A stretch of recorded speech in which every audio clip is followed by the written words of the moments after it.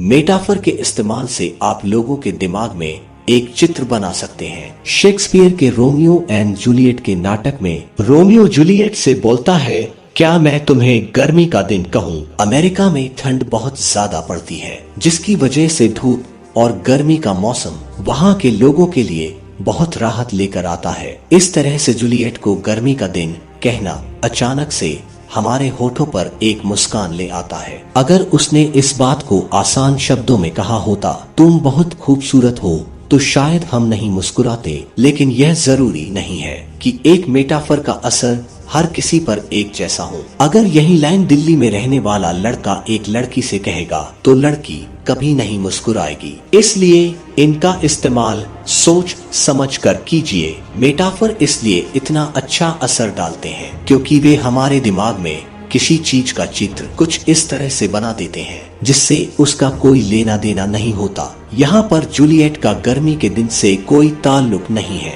फिर भी उनको एक जैसा कह दिया गया है, जिससे हमारे दिमाग में जूलियट का बहुत खूबसूरत चित्र बन जाता है। इसके अलावा मेटाफर का इस्तेमाल हमारा दिमाग जानकारी को याद रखने के लिए करता है। कहनेमैन नाम के एक साइकोलॉजिस्ट ने अपनी स्टडी में इसे साबित किया। डेट्रॉइट और मिशिगन में लगभग हर साल एक ही संख्या में लोग मारे जाते हैं, लेकिन डेट्रॉइट अपने अपराधों के लिए जाना जाता है। इसलिए जब वहाँ के स्टूडेंट्स से पूछा गया कि हत्याएं कहाँ ज्यादा होती है, तो स्टूडेंट्स ने डेट्रॉइट का नाम लिया। वे उसे अपराध के लिए याद करते थे। इसी तरह से हमारा दिमाग चीजों को याद रखने के लिए उनकी तुलना करता रहता है। मेटाफर का इस्तेमाल अच्छे से करने से आप लोगों के दिमाग में बहुत गहरा इमेज बना सकते हैं। एक छोटी सी लाइन में भी मेटाफर इस्तेमाल करने से उसकी खूबसूरती बढ़ जाती है, लेकिन अगर आप इसका इस्तेमाल कुछ ज्यादा करेंगे तो यह खूबसूरती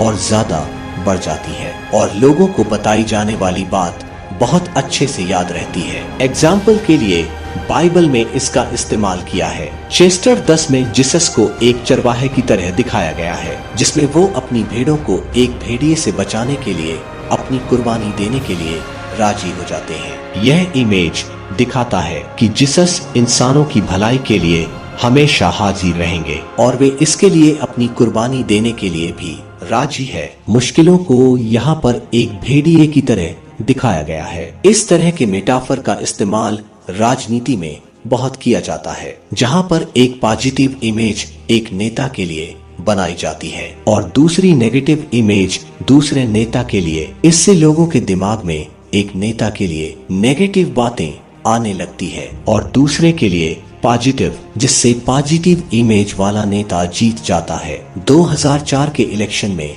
डेमोक्रेट्स ने मेटाफर से संबंधित बहुत बड़ी गलती कर दी थी। उन्होंने जॉर्ज बुश को एक साथ समझदार और बेवकूफ दोनों दिखा दिया, जिससे उनकी पॉजिटिव और नेगेटिव इमेज ने एक दूसरे को खत्म कर दिया और डेमोक्रेट्स की मेहनत बेकार गई। एक तरफ उन्होंने दिखाया कि बुश ने कहा कि सद्दाम हुसैन और ओसामा बिन लादेन के बीच में एक कनेक्शन है और इराक में बहुत सारे हथियार हैं। दूसरी तरफ उन्होंने दिखाया कि बुश ने 9/11 के हमले के बाद किसी भी तरह का एक्शन नहीं लिया। इस तरह से उनकी पॉजिटिव और नेगेटिव इमेज ने एक दूसरे को खत्म कर दिया, जिससे डेमोक्रेट्स को कोई फायदा नहीं हुआ।